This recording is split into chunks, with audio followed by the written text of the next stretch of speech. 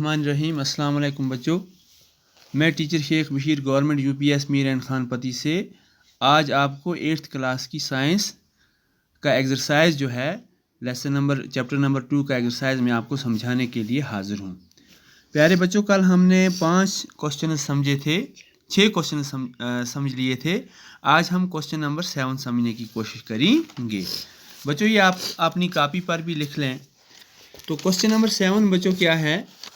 Describe characteristics and uses of Coke. तो बच्चों आपको याद होगा, हमने पढ़ा था कोक जो है that is formed from coal. कोल से हम कोक बनाते हैं। तो आपको याद रखना है कि कोक जो है ये कोल से हम हासिल करते हैं, कोल से ये बनता है। तो बच्चों आपको पहले कैरेक्टरिस्टिक्स ऑफ कोक लिखने हैं और उसके बाद यूजेस ऑफ कोक लिखने हैं। आपके क्वेश्चन के 2 पार्ट्स हैं, इसी तरह 2 पार्ट्स में आपको इसका आंसर लिखना है। मैंने लिखा है कैरेक्टरिस्टिक्स ऑफ कोक। कोक के कैरेक्टरिस्टिक्स क्या हैं? पहला कैरेक्टर मैंने लिखा है बच्चों, खसूसियत पहली इसकी क्या है? Coke contains 98% of carbon. तो कोक में 98% कार्बन होता है। दूसरा मैंने लिखा है it is pure form of carbon. Carbon की प्योर फॉर्म है ये। कार्बन चूंकि कोल में भी होता है, लिहाजा कोक जो है ये प्योरेस्ट फॉर्म ऑफ कार्बन है। तीसरा मैंने लिखा है it is tough porous black in nature. क्या है ये टफ है और ये पोरस है। इट कंटेन्स पोरस एंड इसका कलर क्या है? ब्लैक। इसका कलर काला है, ब्लैक इन नेचर। और उसके बाद लिखा है लास्ट वन, फोर्थ वन लिखा है, fourth character it is smoke less fuel. चूँकि कोक भी एक फ्यूल है लेकिन ये स्मोक लेस है। कोल जो है उसके जलाने से बहुत सारा स्मोक आप देखते हैं, बहुत सारा धुआं उठता है, लेकिन इसके जलाने से धुआं नहीं उठता है। तो आप कहोगे कि क्लीन फ्यूल है ये। उसके बाद बच्चों इसी क्वेश्चन का दूसरा पार्ट है यूज ऑफ कोक, कि कोक को आप कहाँ इस्तेमाल करते हैं। तो पहला यूज़ है इसका, coke is used as fuel. क्या है ये? हम फ्यूल के तौर पे इस्तेमाल करते हैं। बच्चों आपको पता होगा फ्यूल क्या हुआ कि ऐसी सबस्टेंस, ऐसी चीज़ जिसको हम जला के हीट और लाइट एनर्जी हासिल करें। फॉर एग्जांपल वुड जो है, लकड़ी, लकड़ी जो है वो एक फ्यूल है। केरोसिन ऑयल जो है एक फ्यूल है। तो इस तरह कोक भी एक फ्यूल है।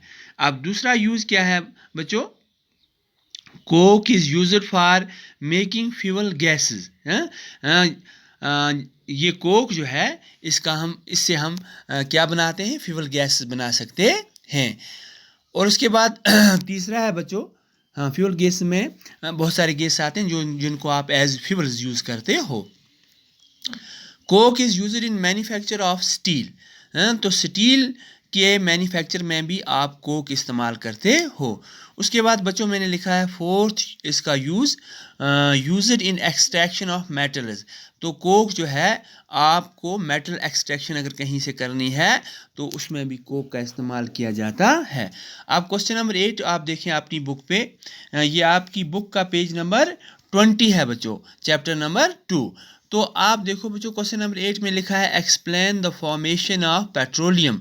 आपको याद होगा petroleum is a fossil fuel. तो ये भी आपको याद रखना है कि फॉसिल फ्यूल्स जो हैं वो जब living organisms like plants, like small animals, जब उनकी डेथ हो जाती है, तो डेथ होने के बाद जब वो ब्रीड हो जाते हैं सॉइल के नीचे, तो उनसे फॉसिल फ्यूल बन जाते हैं। कोल की फार्मेशन आपने कल पढ़ी है, आज हम देखेंगे कि पेट्रोलियम किस तरह बनता है।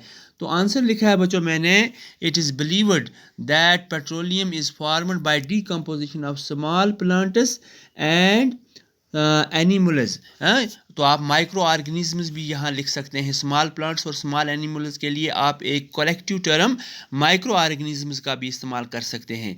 तो लिखा है कि जब पेट्रोलियम किस तरह बना, जब small plants and small animals जो थे वो सी सरफेस के नीचे जब उनकी डेथ होगी तो वो got buried under the sea surface, वहाँ सॉइल के नीचे, वहाँ क्या कहते हैं रेत के नीचे दब गए।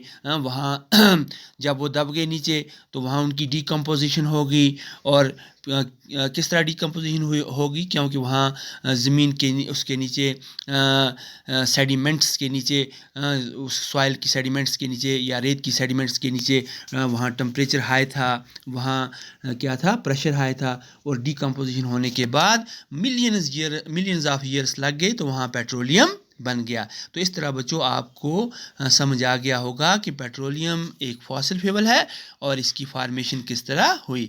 अब क्वेश्चन नंबर 10 को आप देखो बच्चों। क्वेश्चन नंबर 10 है 9 क्वेश्चन नंबर वो ग्राफ वाला नहीं बल्कि ये क्वेश्चन नंबर 10 आप देखें। क्वेश्चन नंबर 10 में क्या है, what are exhaustible natural resources, give examples. तो आपको बताना है एग्जॉस्टेबल नेचुरल रिसोर्सेज कौन से क्या हुए और इनकी आपको मिसालें भी देनी है।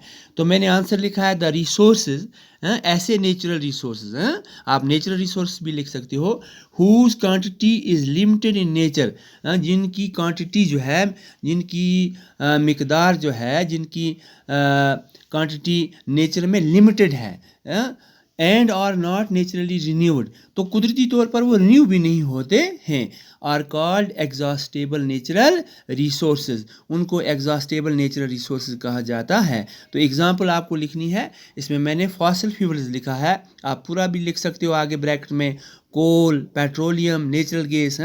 तो आगे दूसरी एग्जांपल मैंने फॉरेस्ट्स लिखी है। बच्चों ये रिसोर्स अल्लाह ताला ने लिमिटेड क्वांटिटी में रखे हैं, जब इनका हम अनजुडिशियस यूज़ करते हैं, कंटिन्यूसली जब हम इनको यूज़ करते रहेंगे तो a time will come that they will get exhausted. तो ऐसे रिसोर्सेज को बच्चों एग्जॉस्टेबल नेचुरल रिसोर्सेज कहा जाता है। अब बच्चों क्वेश्चन नंबर 11 पे आप चले जाएं, ये आपकी बुक का पेज नंबर 21 है।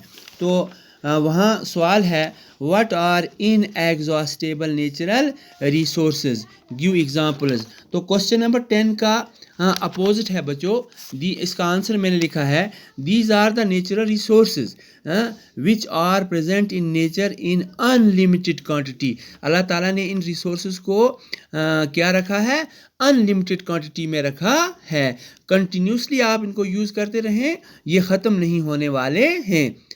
तो लिखा दूसरा सेंटेंस मैंने आंसर में लिखा है, by continuous use of these resources they are not exhausted. तो एग्जांपल में लिखा है आयर, फॉर एग्जांपल आयर में आपका कार्बन डाइऑक्साइड आता है, इसी तरह आयर आपने पढ़ा है कि मिक्सचर ऑफ गैसेस है, उसमें हमारा ऑक्सीजन आता है।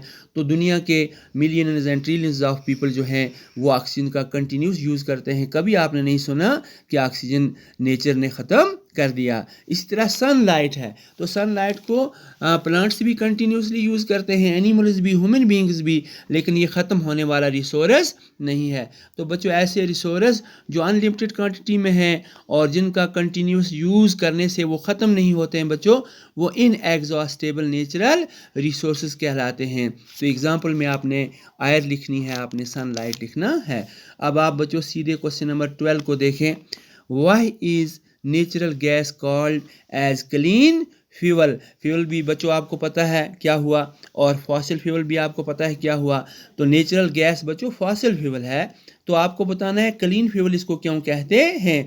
कोल भी फॉसिल फ्यूल है, पेट्रोलियम भी फॉसिल फ्यूल है, लेकिन उनको क्लीन फ्यूल नहीं कहा जाता है, क्योंकि उनके जलाने से बहुत सारा धुआं एटमॉस्फेयर में रिलीज़ हो जाता है। लेकिन नेचुरल गैस को क्लीन फ्यूल क्यों कहते हैं बच्चों, आंसर आप देखो, natural gas is called clean fuel because it is smoke less fuel. Natural gas में आपका CNG आता है, LPG आता है, तो इनके जलाने से स्मोक एटमॉस्फेयर में नहीं खारिज होता, ये स्मोक लेस फ्यूल हैं। आप और भी लिख सकते हो कि इनसे पॉल्यूशन नहीं होती है या मिनिमम पॉल्यूशन होती है। आप क्वेश्चन नंबर बच्चों आप 13 देखें, मैंने इसको मार्क करते हुए गलती से 12 ही लिखा है, आप ये 13 है, आप 13 इसको देख लेना। What are uses of coal, coal के क्या क्या यूज़ हैं। कोल हो गया कोयला, फॉसिल फ्यूल है बच्चों, इसका यूज़ क्या है। बहुत ही आसान क्वेश्चन है, use of coal or coal is used as fuel, as fuel के तौर पर आप इसको इस्तेमाल करते हो, बुखारियों में भी जलाया जाता है। इसी तरह बच्चों रेलवे इंजन्स में भी इसका इस्तेमाल करके रेलें चलाई जाती थी। अब दूसरा जो है इसका दूसरा यूज़ बच्चों, coal is used to make coal gas, इससे आप कोल गैस बनाते हो और इससे कोक भी बनाया जाता है। तीसरा यूज़ इसका है, coal is used to make synthetic petrol, synthetic natural gas भी बच्चों इससे बनता है, आप और भी ऐड कर सकते हैं मेरे लिखने के बगैर भी। It is used to make synthetic petrol, एक पेट्रोल हो गया बच्चों नेचुरल पेट्रोल, दूसरा सिंथेटिक पेट्रोल, तो इससे बनाया जाता है कोल से। अब फोर्थ यूज़ है इसका, it is used to make coke, अभी आपने ऊपर पढ़ा coke is a smokeless fuel, तो ये कोक जो है बच्चों ये कोल से बनाया जाता है। और last one is coal tar is also obtained from coal, coal tar जो है वो भी कोल से हासिल किया जाता है। तो बहुत सारे किताब में और यूज़ हैं इसके बच्चों, आप अपनी किताब के साथ जुड़े रहें, सेहत का ख्याल रखें। अस्सलाम वालेकुम, कल फिर मिलेंगे।